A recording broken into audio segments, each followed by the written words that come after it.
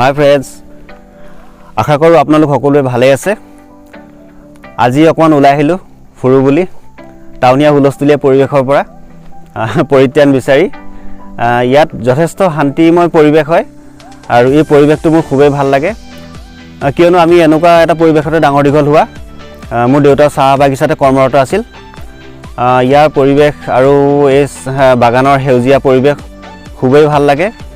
ইয়াত বনত যথেষ্ট শান্তি পোৱা যায়। টাউনীয়া হুলস্থুলীয়া পৰিৱেশত থাকি থাকি কেতিয়াবা আমনিও লাগে, কিন্তু তথাপিতো থাকিব লাগিবই আৰু সেয়েহে কেতিয়াবা এফালে ওলাই অহা হয় ফুৰিবলৈ। আৰু ঠাইখিনি যথেষ্ট ভাল, যথেষ্ট সুন্দৰ। মাজে সময়ে আহি থাকোঁ আমি এনেকৈ।